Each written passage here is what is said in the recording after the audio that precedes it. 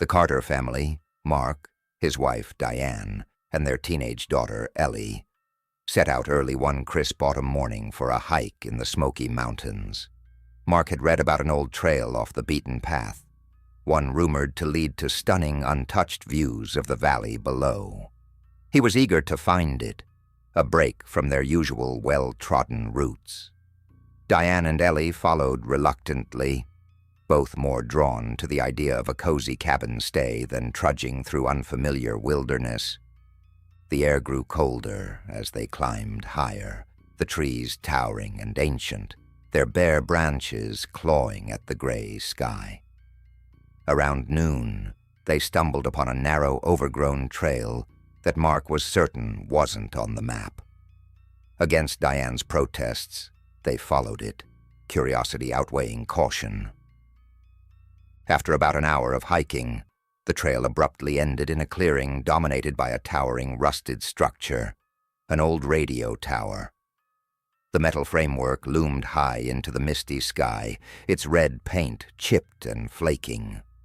At its base sat a small, dilapidated shack with a padlocked door hanging ajar. "This isn't on the map," Mark muttered, stepping closer to the shack. "Maybe there's a reason for that," Diane replied, pulling Ellie closer. Ellie, usually glued to her phone, had taken an unusual interest in the structure. "What's it doing all the way out here? Shouldn't a radio tower need, maintenance or something?" Mark shrugged and approached the shack. The air felt heavier here, the usual forest sounds eerily absent. He pushed the door open to reveal a single room filled with outdated equipment, dusty monitors, tangled wires, and an old shortwave radio sitting on a table. Despite the decay, the radio was on, emitting a faint, crackling static. "This is creepy," Diane whispered. "Let's go back." But before they could leave, the static shifted. A voice emerged, distorted and faint, as though it were speaking from a great distance.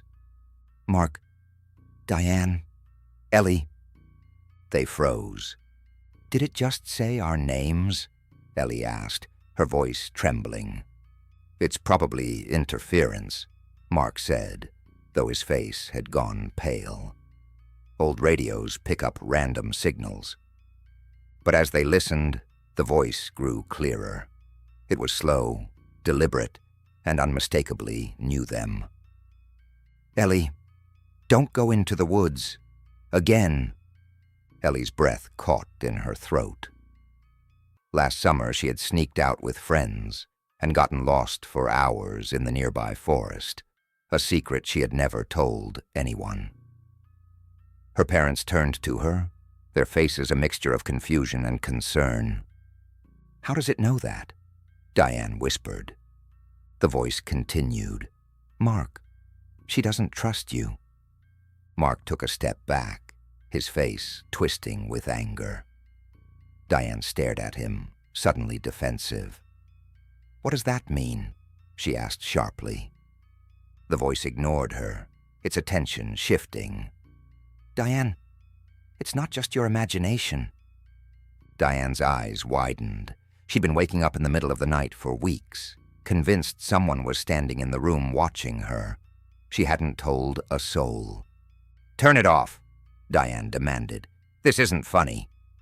Mark moved to unplug the radio, but it crackled violently, emitting a high-pitched whine.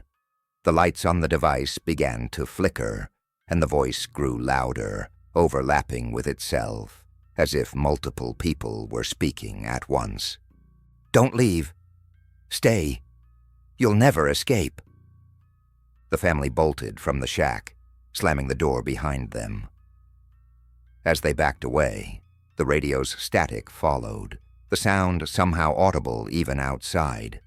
It filled the clearing, growing louder, more distorted, as if the tower itself were alive.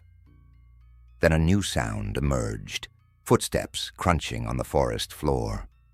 Ellie turned first, her scream cutting through the static.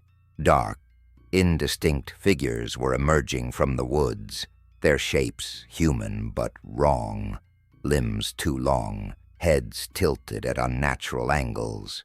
Their eyes were empty sockets, yet they seemed to see. "Run!" Mark shouted, grabbing Diane and Ellie.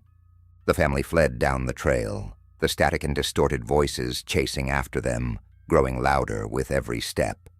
As they ran, the forest seemed to shift around them, the path narrowing and twisting unnaturally. Trees loomed closer, their gnarled branches reaching out like claws. Ellie tripped and fell, scraping her knee. Diane screamed and helped her up as one of the figures emerged from the shadows, its head jerking violently from side to side as it whispered in a voice that sounded like her own. "Why didn't you believe him?" Mark picked up a rock and hurled it at the figure. It hit, but the figure didn't flinch. Instead it advanced, its movements jittery and inhuman. They reached the main trail just as the sun dipped below the horizon. The voices and static abruptly stopped, leaving only the sound of their frantic breathing and the distant rustle of leaves. They didn't stop running until they reached their car. Climbing in, Mark floored the gas pedal, not daring to look back. As they sped down the mountain, Ellie glanced in the rearview mirror and screamed. The radio tower, miles away now, stood visible against the night sky, its red light blinking steadily. But it was the figures surrounding it, hundreds of them, their faces turned toward the fleeing car so that chilled her to the bone. That night, they stayed in a motel, too afraid to return home. But as they settled into the room, the old boxy radio on the nightstand crackled to life. "Mark, Diane, Ellie, you can't run forever."